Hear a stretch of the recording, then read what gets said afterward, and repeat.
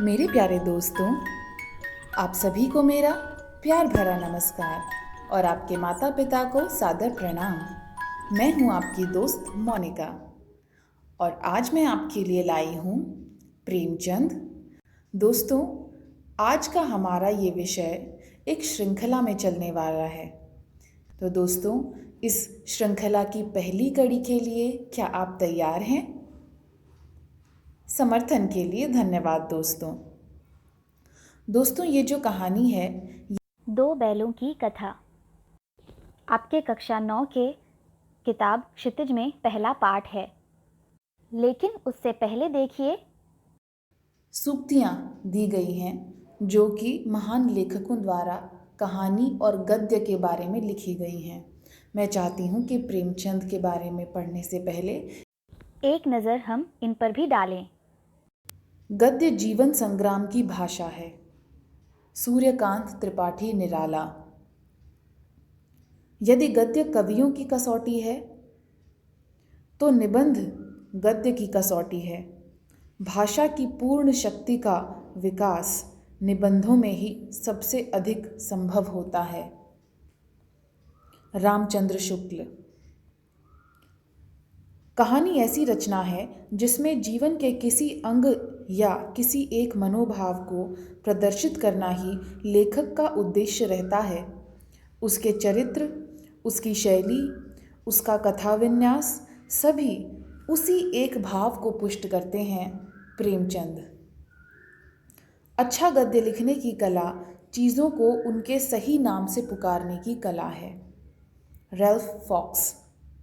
दोस्तों, ये जो सूक्तियाँ हैं ये गद्य शैली के बारे में लिखी गई हैं। गद्य यानी कि कविता से अलग, जिसमें तुकबंदी ना की गई हो।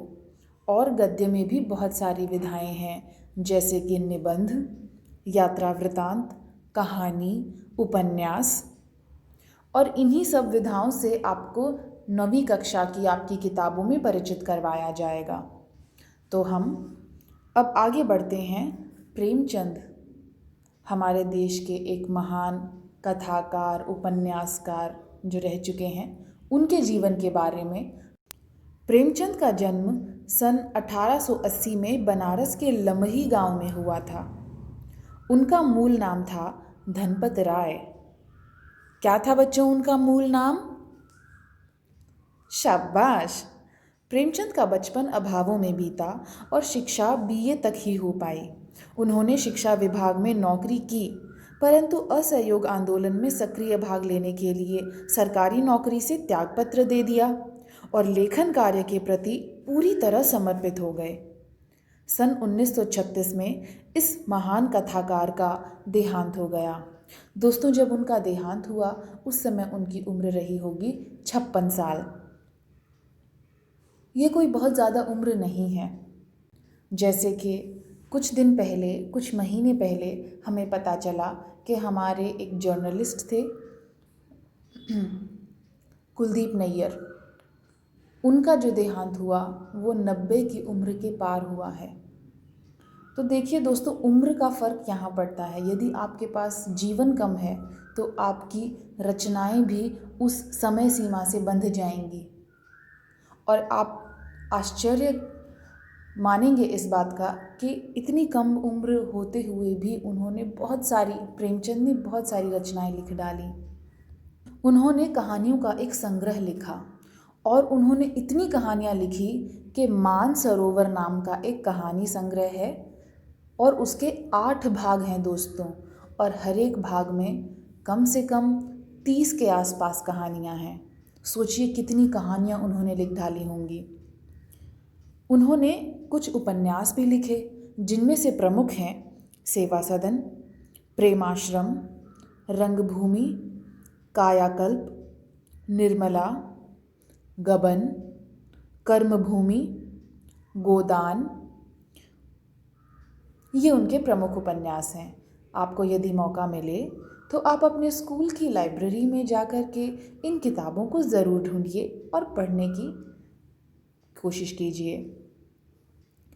उन्होंने कई पत्रिकाओं का संपादन भी किया, एडिटिंग की कई पत्रिकाओं में, जैसे कि हंस, जागरण, माधुरी ये पत्रिकाएं थी जिनका उन्होंने संपादन किया।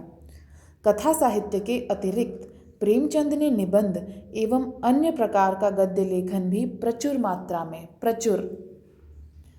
मात्रा में किया, यानी कि बहुत अधिक मात्रा में। प्रेमचंद साहित्य को सामाजिक परिवर्तन का सशक्त माध्यम मानते थे।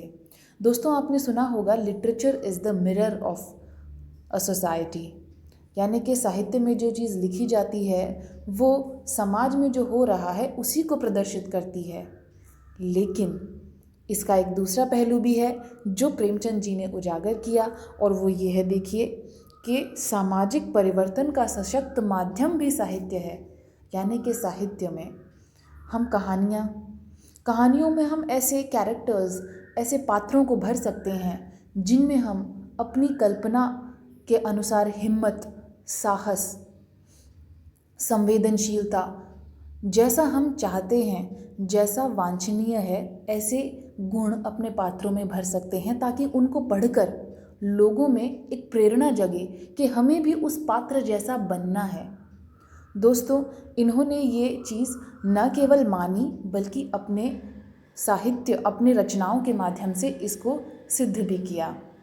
जैसा कि आप इनकी अनेक कहानियों और उपन्यासों में पढ़ेंगे तो ये चीज़ आप ज़रूर देख पाएंगे। दोस्तों, उन्होंने गांव और शहर के परिवेश को देखा और जिया, और उस परिवेश की अभिव्यक्ति उनके कथा साहित्य में मिलती है।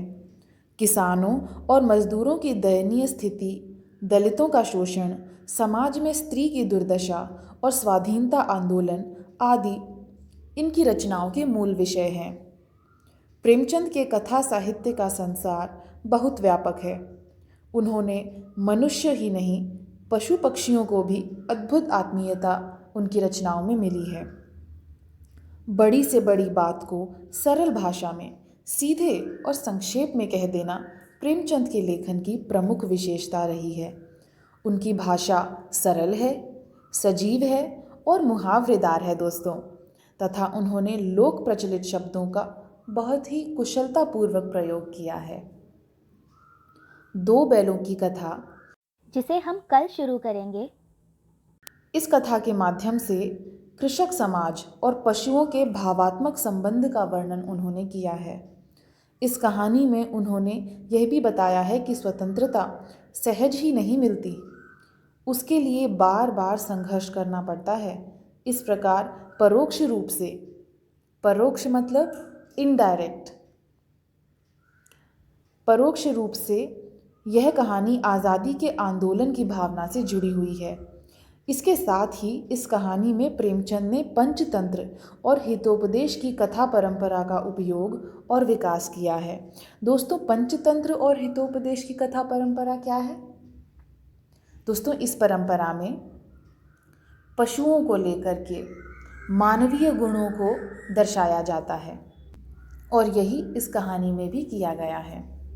प्यारे दोस्तों, आशा है कि आपने प्रेमचंद के जीवन के बारे में और उनके लेखन के बारे में अभी तक जो सुना, इससे आपको उनके बारे में काफ़ी कुछ जानने को मिला होगा।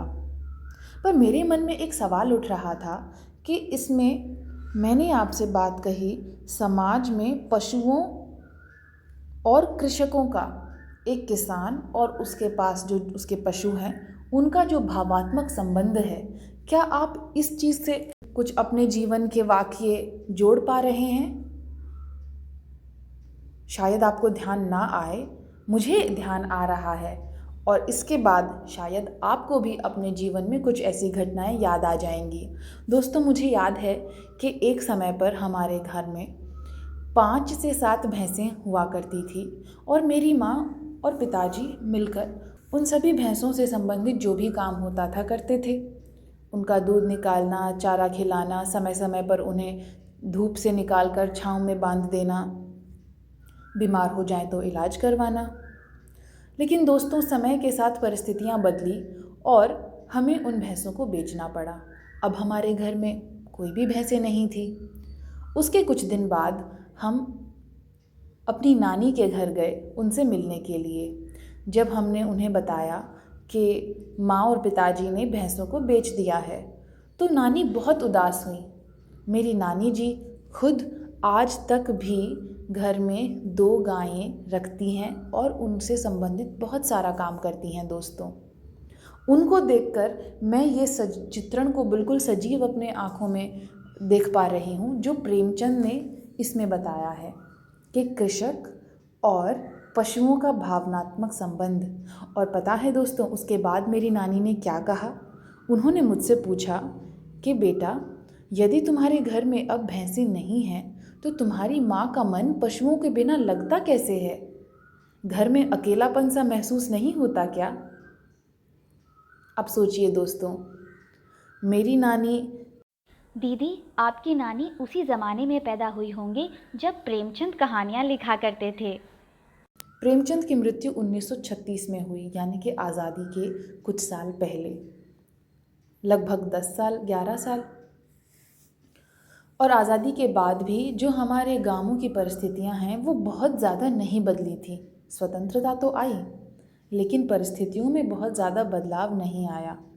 लेकिन जानवरों के साथ हमारा भावनात्मक संबंध बना हुआ है, ये बदलना भी नहीं चाहिए दोस्तों, क्योंकि जो हमारे पशु हैं वे हमारी बहुत अधिक मदद करते हैं। तो दोस्तों, जब समय बदलता है तो कुछ परिस्थितियां बदलती हैं और उन बदलावों में से हम देखते हैं कि क्या बदलना चाहिए और क्या नहीं बदलना चाहिए। आज के लिए दोस्तों इतना ही। अगले अंक में हम 2 बैलों की कथा के साथ शुरुआत करेंगे। तब तक के लिए नमस्ते।